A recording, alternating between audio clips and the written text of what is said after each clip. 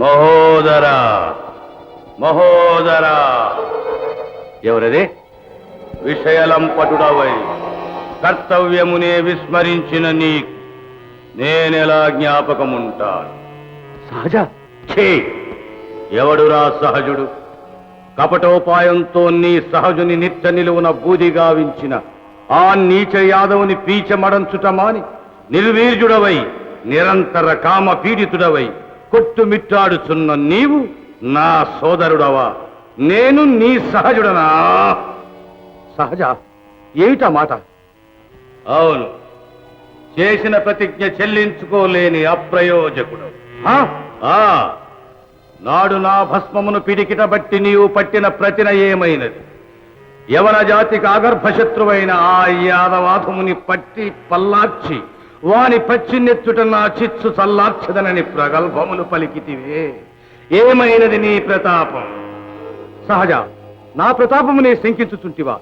గంధర్వుల గర్వమణిచినాను, కిన్నరుల కింకరులు చేసినాను, దేవదానవ ప్రముఖ వీరులనెందరినో పంచబంగాళమనర్చినావు. కాని నరుడు నలుసు అయిన ఒక యాదవునికి బెదరి పిరికి పందవై కూర్చున్నావు. సహజ నేనా పిరికి పొందను, నాకా బెదురు?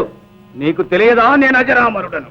కాదు, చేవలేక చావురాక బ్రతికి ఉన్న జీవచ్ఛవాని. అబల వ్యామోహంలో ఆత్మగౌరవం కోల్పోయిన అల్పుడవు. యవన జాతికే మాయని మత్సగా నిలిచిన నీచుడవు. క్షమించు సహజ, క్షణిక దౌర్బల్యానికి లోనే కర్తవ్యమును విస్మరించిన మాట నిజం. నా ఆత్మను మేలుకొల్పావు. ఇక నీవు నిశ్చింతగా ఉండు. అన్నమాట చెల్లించి తీరుతాను. ఆ కృష్ణుని అంతు తేలుస్తాను. నీ ఆత్మకు శాంతి చేకూరుస్తాను. ఎప్పుడు? ఎప్పుడోనా? ఇప్పుడే. సహజ పౌరుష గంభీర శౌర్యధనులకు ఆకరమైన యవన జాతి పరాక్రమోద్ధతిని జగద్దితం చేస్తాను. ఆహురే సహజ, ఇప్పుడు నా సహజుడవనిపించావు, నిజమైన యవనుడవనిపించావు. విజయోస్ విజయోస్.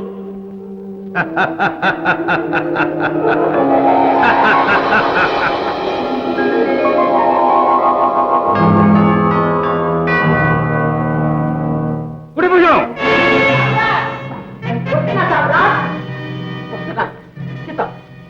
తక్షణం ప్రచండ చమూ సమూహాలను సిద్ధం చేయి. ఒక్క కృష్ణునే కాదు, ద్వారకలో నివసించు సర్వ మానవ క్రిమి కీటక పశుపక్షాది ప్రాణికోటిలో ఏ ఒక్క ప్రాణి మిగలకుండా భస్మీపట్లం గావిస్తాను.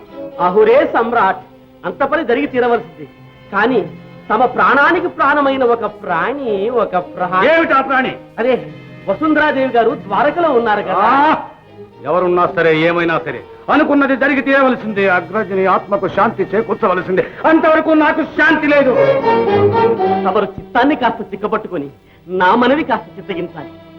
మీకై అవతరించి మిమ్మల్ని వరించి మీ కొరకై అనుక్షణము నిరీక్షిస్తున్న భావి యవన రాజలక్ష్మిని స్వల్పుడైన ఒక శత్రువు కారణంగా చేజేతులా నాశనం చేసుకుంటారు.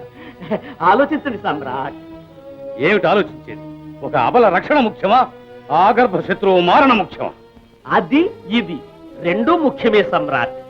అంటే అదే మహోదర కళ్యాణం, శ్రీకృష్ణ నిర్యాణం రెండూ ఒకే లగ్నంలో జరిగే ఉపాయం ఆలోచించాలి.